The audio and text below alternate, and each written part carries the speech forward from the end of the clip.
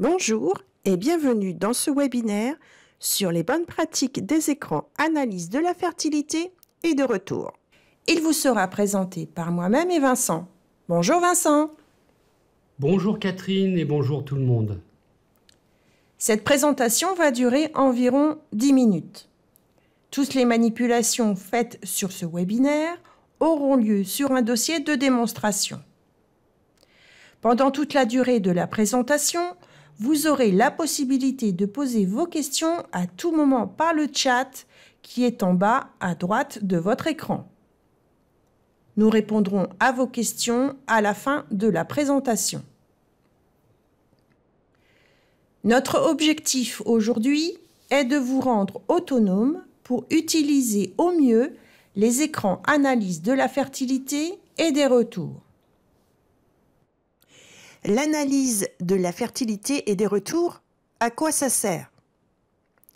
Le rôle de PIGAP, avec ses écrans d'analyse de la fertilité et des retours, est de mettre en évidence les problèmes afin de les détecter suffisamment tôt pour pouvoir travailler dessus au niveau technique. L'écran d'analyse de la fertilité a pour objectif de suivre l'évolution du taux de fertilité, d'analyser le devenir des saillies fécondantes ou non fécondantes, de caractériser les saillies non fécondantes, d'analyser les performances issues des saillies fécondantes. L'écran d'analyse des retours a pour objectif d'analyser le taux de retour par rang de portée, d'identifier les retours réguliers ou irréguliers et de voir l'influence de l'intervalle sevrage première saillie sur les retours à suivre.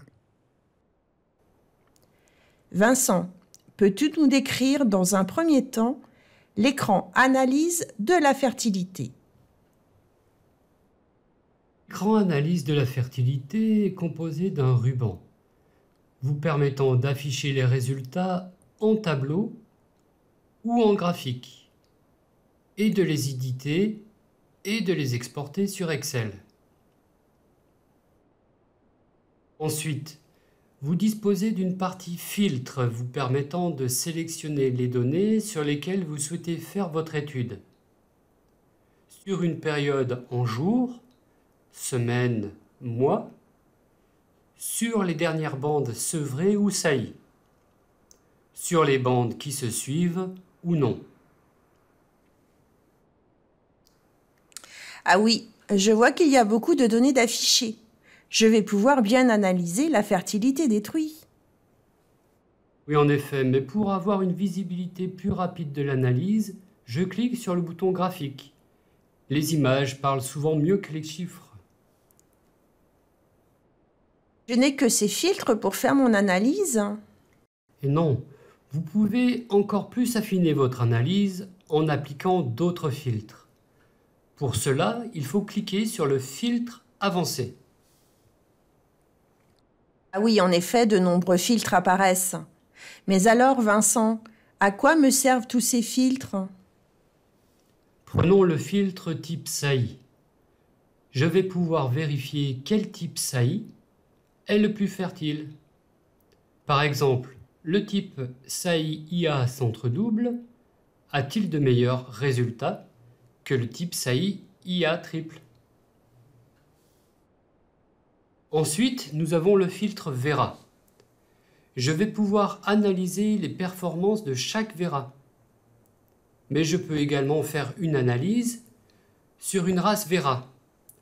Je vais sélectionner la race à étudier, puis sélectionner tous les Vera de cette race, et ainsi pouvoir l'analyser. Je peux également utiliser les remarques saillies. Par exemple, je veux avoir la fertilité sur les chaleurs longues. Je sélectionne la remarque et je clique sur OK, puis filtrer.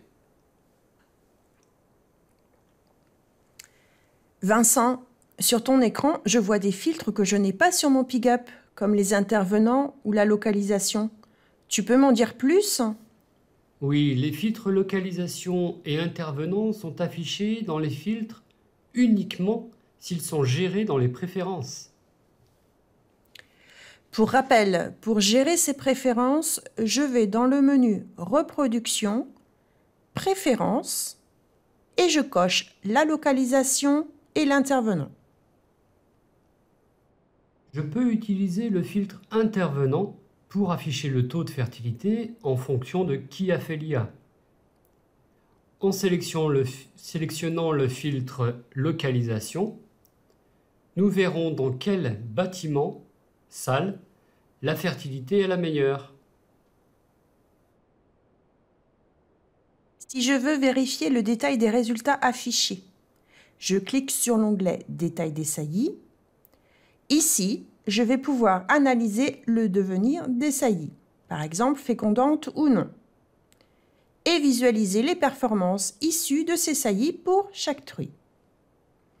Petit rappel également, je peux faire de nouveaux filtres en utilisant les filtres à la Excel sur mon tableau. L'analyse des retours, je l'utilise de la même façon? Oui, en effet, je vais pouvoir utiliser les filtres de la même façon. Il y a quand même quelques différences. Je peux afficher les résultats sur une période de saillie, une période de retour. Ensuite, j'affiche les résultats par classe de rang, de portée, que je vais pouvoir paramétrer ici. Dans cet écran de paramétrage, je peux également paramétrer les intervalles saillie, retour, puis les intervalles sevrage, première saillie. Et je clique sur le bouton graphique pour plus de visibilité et de rapidité d'analyse. Les points à retenir sont utiliser plusieurs filtres, dont les filtres avancés, afin d'affiner mon analyse, utiliser les graphiques pour plus de visibilité et une analyse plus rapide. Nous allons maintenant répondre à vos questions.